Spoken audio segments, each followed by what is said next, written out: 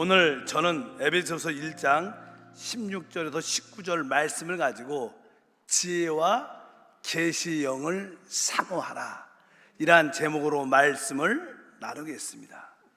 이 땅에 사는 사람들에게 가장 필요한 것은 무엇일까요? 그것은 다른 것이 아니라 하나님을 아는 것입니다. 하나님을 아는 것보다 우리에게 더 필요한 것은 없습니다. 그러면 하나님을 우리가 어떻게 알 수 있을까? 우리 하나님은 어떠한 분이신가? 요한복음 4장 24절에 하나님은 영이시니 예배하는 자가 영과 진리로 예배할지라고 말씀합니다. 우리 하나님은 영이시기 때문에 바로 영이신 하나님을 알려면 우리에게 특별한 부분이 필요한 것을 알 수 있습니다. 오늘 사도 바울이 이제 특별히 사랑했던 에베소 교회, 에베소 성도를 위해서 간절히 기도하는 내용입니다. 특별히 사도 바울은 에베소 모든 성도들이 하나님을 알 수 있도록 아버지께 지혜와 계시형을 그들에게 달라고 기도하고 있습니다. 오늘 에베소 1장 17절에 말하죠. 우리 주 예수 그리스도의 하나님 영광의 아버지께서 지혜와 계시형을 너에게 주사 하나님을 알게 하시고, 우리에게 지혜와 계시형이 있을 때 하나님을 알 수 있다고 말합니다. 또 그분이 우리에게 베푸신 큰 능력이 무엇인가도 알 수 있습니다. 사실 하나님 자신은 성경 말씀, 그분의 말씀에 의해 계시되어 있습니다. 사실 성경이란 것은 하나님 그리스도를 계시하는 하나님의 책입니다. 그래서 우리는 이 성경을 통해서 하나님 말씀을 알 수 있고 깨달을 수 있습니다. 그래서 성경은 하나님을 말하는데, 특별히 우리 주님은 이렇게 말씀하죠. 요한복음 5장 39절에 보니까 너희가 성경에서 영생을 얻는 줄 생각하고 성경을 연구하거니와 이 성경이 곧 내게 대하여 증언하는 것이다. 이 성경의 핵심은 하나님이신 그리스도를 증거하는 책입니다. 그래서 우리는 이 그리스도가 누구신가를 분명히 알아야 되죠. 그리스도는 바로 세세토록 찬양받으실 우리의 하나님이라고 말씀합니다. 로마서 9장 5절도 육신으로 하면 그리스도가 그들에게 나셨으니 그는 만물 위에 계셔서 세세에 찬양받으실 하나님이시니라. 아멘. 이 말씀은 바로 하나님은 그리스도로서, 그리스도는 바로 세세토록 찬양받으실 우리의 하나님이라고 말씀을 합니다.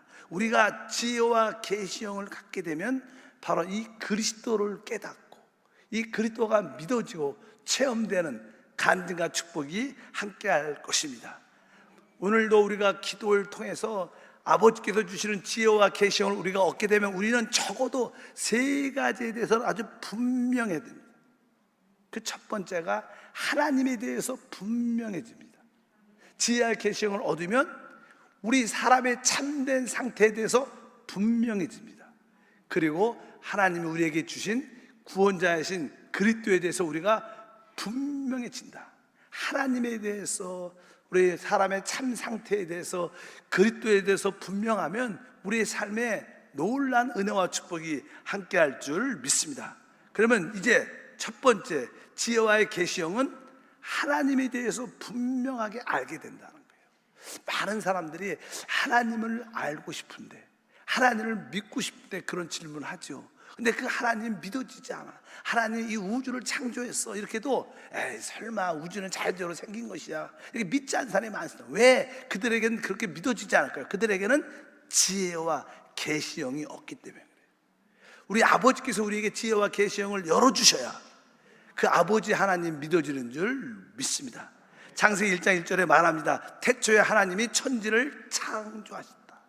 이 간단한 말씀, 태초에 하나님이 천지를 창조했다. 지혜와 계시형이 있으면 그냥 창세기 첫 구절을 딱 읽으면 그냥 그것이 믿어져요. 의심이 안 들어요. 실제로 많은 사람들이 1장 1절을 읽으면서 하나님이 천지를 창조해? 어떻게 창조했지? 무엇으로 창조했지? 이런 생각들이 많아져요. 근데 지혜와 계시형을 갖게 되면 그냥 아, 하나님이 천지를 창조해서 그냥 의심이 안 들어요. 그냥 믿어집니다. 아마 여러분들 믿어지는 분들 많을 거예요. 그러나 아직도 의심이 있는 분도 있을 수도 있습니다. 왜? 우리에게 지혜와 계시형이 없기 때문에요. 하나님 지혜와 계시형을 더하여 주옵소서. 이 우주를 창조하시고 이 모든 생명체를 창조하시고 천사와 모든 사람을 창조하신 하나님이 바로 창조주이심을 믿습니다. 우리가 믿는 하나님이 바로 그 창조주 하나님이시다. 특별히 우리 사람에게는 가장 귀한 우리 영혼이 있는데, 우리 영혼을 관리하시고 붙잡아 주시는 창조주께 우리 영혼도 맡겨야 된다, 이렇게 말씀을 합니다. 베드로서 4장 19절에 우리가 그러므로 하나님의 뜻대로 고난을 받는 자들은 또한 선을 행하는 가운데 그 영혼을 미쁘신 창조주께 의탁할지니, 우리의 이 영혼을 신실하신 하나님께 의탁할 필요가 있다. 여러분의 영과 혼을 하나님께 의탁하고 하나님께 맡기는 그러한 믿음이 함께할 줄 믿습니다. 그래서 지혜와 계시형을 가지면 하나님, 내 온 존재를, 나의 생명과 목숨과 나의 영을 하나님께 맡깁니다. 그리고 마음에 평강과 누림이 있어요. 근데 많은 사람들은 지혜와 계시형이 있기 때문에 그것이 믿어지지 않고 그분께 의탁하지 못합니다. 의지하지 못합니다. 어쩌든지 여러분들이 분명히 깨닫기를 바랍니다. 또 우리가 지혜와 계시형을 갖게 되면 하나님이 어떠한 분인가가 믿어져요. 그래서 우리가 하나님의 속성이라 그러죠. 하나님은 어떠한 속성을 가질 수 있을까? 하나님은, 성경에 보면 하나님은 사랑입니다. 그래서 지혜와 계시형을 가진 자들은 하나님의 사랑이 믿어져요. 참 신기하게 믿어져. 그래서 어떤 분들은 종종 하나님이 세상에서 나를 가장 사랑하셔, 그것을 진짜로 믿고 그것을 행복해 하는 분들이 많아요. 이런 분들은 어떻게 그 하나님의 사랑이 믿어졌을까? 그분에게는 지혜와 계시형이 주어졌기 때문에. 여러분에게도 그러한 하나님의 사랑이 믿어지기를 축복합니다. 요한일서 4장 8절과 9절에 말하죠. 사랑하지 아니하는 자는 하나님을 알지 못하나니 이는 하나님은 사랑이십니다. 하나님의 사랑이 우리에게 이렇게 나타나신 바 되었으니 하나님이 자기의 독생자를 세상에 보내심은 그로 말미암아 우리를 살리려 하십니다. 요한복음 3장 16절도 하나님의 세상을 이처럼 사랑하사 독생자를 주셨으니 이는 그를 믿는 자마다 멸망하지 않고 영생을 얻게 하려 하심이라. 여기에 계속 하나님은 사랑이다, 하나님의 사랑이 우리에게 나타난 바 되었다. 그 사랑이 나타난 바 된 것은 바로 우리를 사랑하시기 때문에 그 아들 독생자를 십자가에 주기까지 우리에게 보내주셨다, 이 사실이 믿어지는 거예요. 단순하게 하나님의 사랑이, 나를 향한 그 사랑이 믿어진다는 것은 여러분에게 지혜와 계시형이 있는 것이고, 그 사랑이 믿어지지 않으면 아직까지 지혜와 계시형이 부족함을 깨닫기를 바랍니다. 그리고 하나님의 속성 중에 또 하나는 그분의 거룩함과 의로움이 믿어져요. 아, 우리 하나님은 거룩하신 분이구나, 우리 하나님은 의로우신 분이구나. 많은 사람들은 거룩과 의로움의 단어를 알지만 실제를 갖고 있지 않아요. 믿지 않아요. 그 뭐 거룩이 그렇게 중요하겠어? 의가 중요해서? 왜? 믿어지지 않기 때문에. 근데 진짜 지혜와 계시형을 갖게 되면 하나님의 거룩함도 믿어지고 하나님의 의로우심도 믿어지는 거예요. 레위기 11장 45절에 나는 너희의 하나님이 되려고 너희를 애굽 땅에서 인도하여 낸 야훼라. 내가 거룩하니 너희도 거룩할지어다. 우리 주님은 나는 거룩하다, 너희도 거룩할지어다. 이 거룩이란 단어는 구별됐고 분별된 것이죠. 우리는 세상에 살면서 세상적이고 통속적인 사람이었습니다. 그냥 우리를 위해서, 세상을 위해서 사는 자였는데 이제 하나님 우리를 부르신 것은 바로 이제 하나님을 위해 살도록 분별된 자들이다. 구별된 여러분 되기를 주님으로 축복합니다.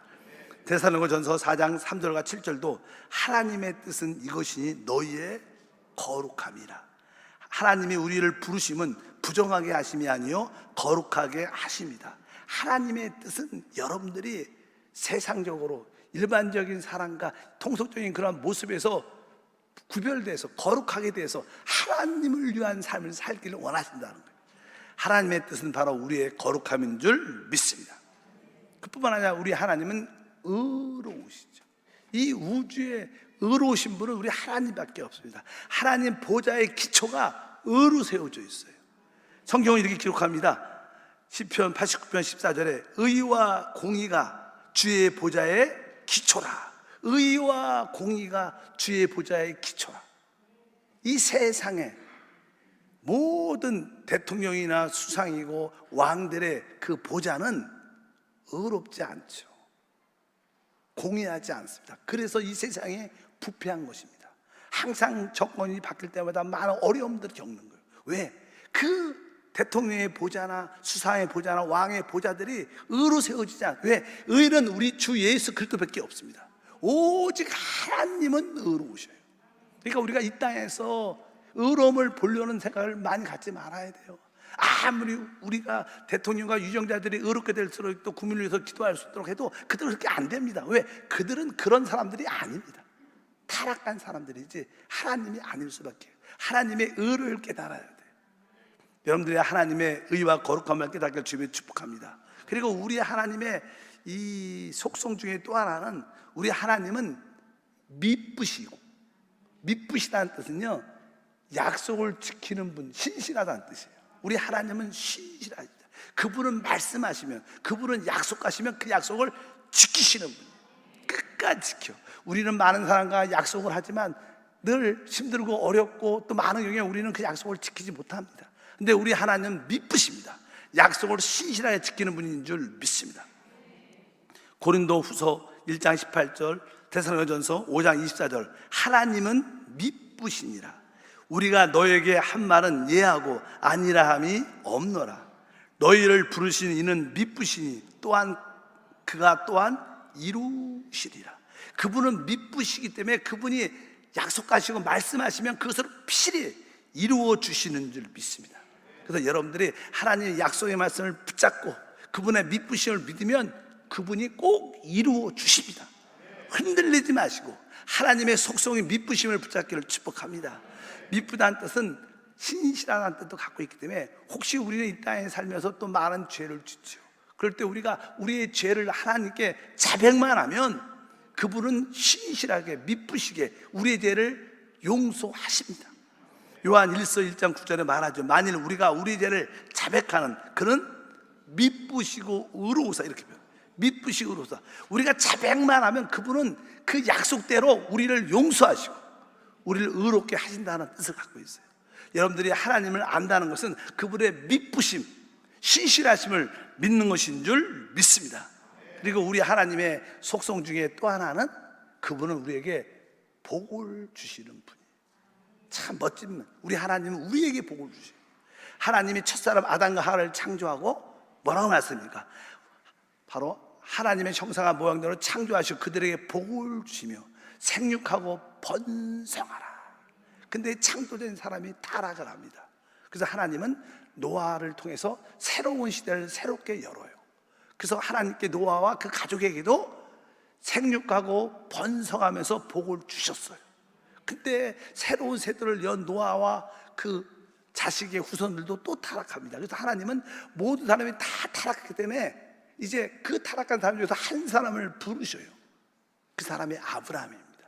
하나님은 아브라함을 부르셨습니다. 마찬가지로 우리들도 다 세상에 있다가 하나님께 부르심을 받은 자들. 아브라함이 부름을 받은 것처럼 여러분과 저도 하나님께 부르심을 받았는데 하나님이 부르신 자들을 왜 부르셨는가? 우리에게 복을 주시려고. 창세기 12장 1절과 2절에 있는 말씀은 바로 아브라함에 주신 말씀뿐 아니라 부르심을 받은 여러분과 저에게도 주신 말씀입니다.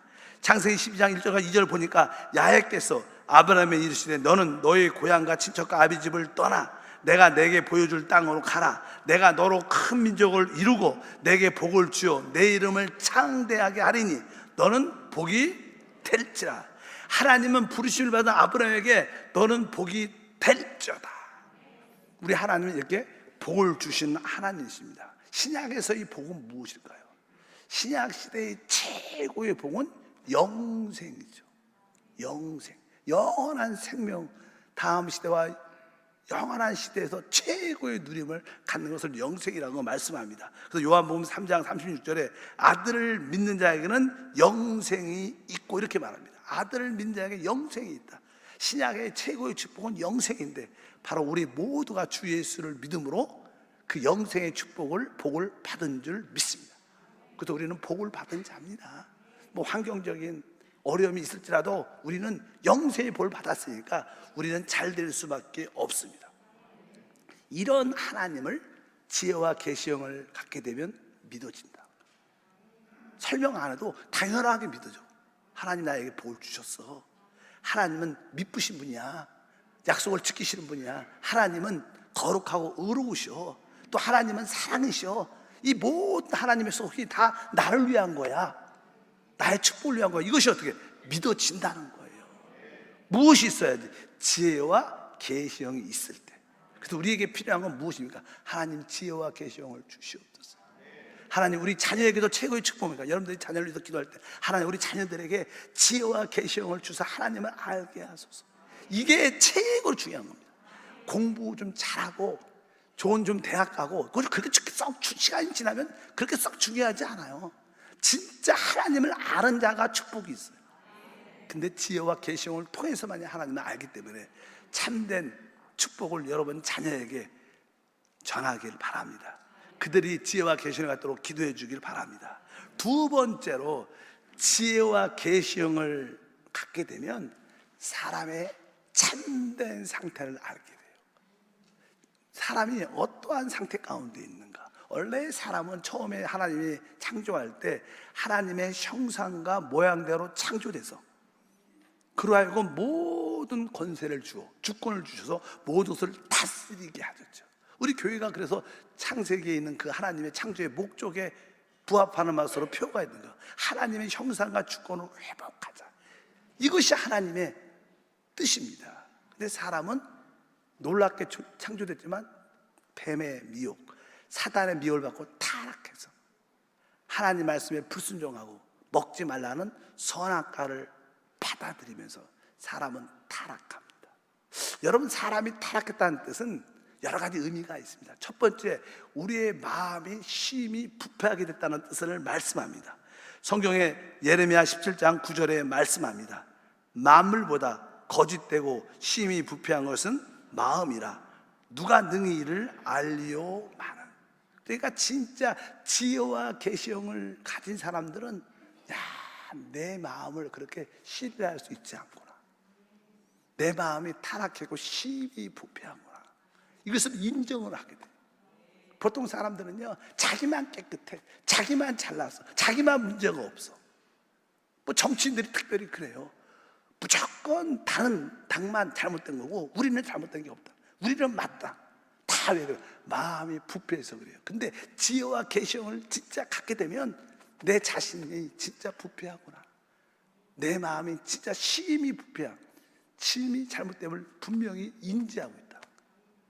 그러니까 내가 부패함을 아니까 남들의 부패함도 알 뿐만 아니라 남들을 그런 모습을 볼 때마다 국률한 마음이, 사람은 그럴 수 있지. 내가 돕고 용서하고 이해해야지. 이렇게 국률과 사랑이 있게 되는 거예요. 그래야지 우리가 용서가 있고 하나가 될 수 있는 거예요. 그냥 자기의 부패함을 알지 못하면 그냥 돌만 던지죠, 남들한테. 여러분들 지혜와 계시형을 통해서 내 마음이 심히 부패한 것을 깨닫게 주시면 축복합니다. 그뿐만 아닙니다. 우리 이 마음도 심히 부패하지만 우리 육신 안에는 선한 것이 하나도 없어요. 그것을 분명히 처절하게 깨닫게 될 줄 믿습니다. 왜? 육신 안에는 죄라는 생명이 씻겨져 있습니다. 성경은 말씀합니다. 로마서 7장 18절과 20절에 내 속 곧 내 육신에 선한 것이 거하지 아니하는 줄 아노니 원함은 내게 있으나 선을 행하는 것은 없노라. 만일 내가 원하지 아니하는 그것을 하면 이를 행하는 자는 내가 아니요 내 속에 거하는 죄이니라. 그래서 진짜 지혜와 계시형을 가지게 되면 내 안에 선한 것이 아무것도 없습니다. 나는 원하는 것은 하지 않고 원치 않는 나쁜 죄를 또 짓습니다. 그렇다면 내가 원하지 않는 것을 한다면 그것은 내가 아니고 내 속에 거하는 죄입니다. 그래서 내 육신 안에 죄가 있음을 뼈저리 알게 돼. 진짜 그래서 자기를 신뢰하지 않게 되죠.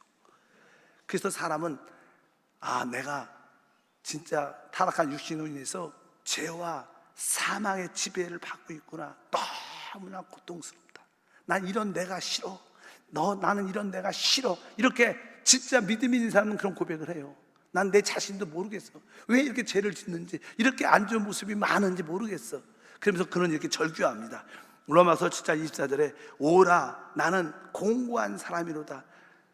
이 사마의 몸에서 누가 나를 건져내랴.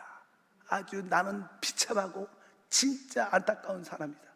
나는 진짜 처절한 사람이다. 누가 나를 이 사마의 몸에서 건져냈어요. 이것을 진짜 인정한다는 거예요. 여러분 마음이 부패한 것을 인정하십니까? 여러분 육신 안에 선한 것이 없고 여러분들이 늘 죄를 질 수밖에 없는 존재임을 인정하십니까? 여러분의 그 사망의 몸으로 인하여 늘 고통 가운데 있는 것을 인정하십니까? 이것은 뭐예요? 지혜와 계시형이 있는 사람만 깨달아지는 거예요.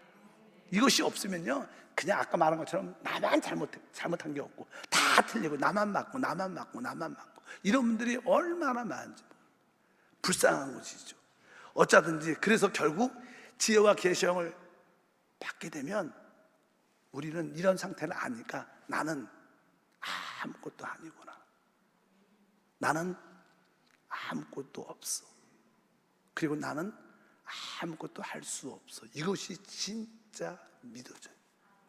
깨달아지는 거예요. 여러분들이 지혜와 계시가 있으면 하나님 나는 아무것도 아닙니다. 나는 아무것도 없고요. 아무것도 할 수 없음을 인정합니다. 하나님 나에게 하나님이 필요합니다. 나에게 그리스도가 필요합니다. 나를 도와주시옵소서. 나를 도와주시옵소서. 그러면서 내가 아무것도 할 수 없는 존재고 하나님도 나를 필요로 하지 않으니까 그래서 주님이 나를 십자가에 못 박으셨구나. 왜? 나는 아무것도 할 수 없고 늘 죄를 짓고 심히 부패하니까 하나님이 우리를 사용할 수 없으니까 우리의 옛사람을 십자가에 못 박아 끝낸 것이 믿어지는 거예요. 그래서 갈라디아서 2장 20절에 내가 그리스도와 함께 십자가에 못 박혔나니 이렇게 깨달아요. 주님만 죽은 게 아니라 진짜 죄로 짜여진 내 자신도 주님과 함께 끝났구나.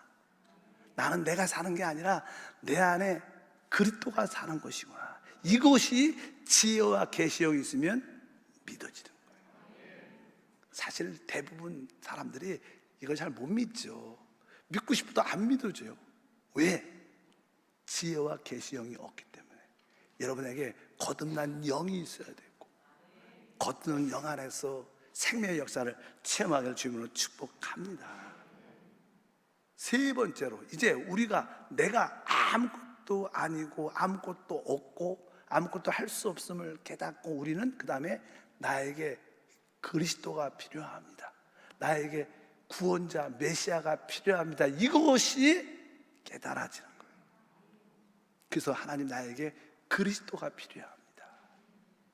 그래서 구약에 보면요 이스라엘 백성이 애굽에 있었을 때 주님이 유월절 어린 양을 통하여 그들을 애굽에서 구출하고 광야를 지나고 그들에게 하나님이 축복의 땅을 예비하셨어요.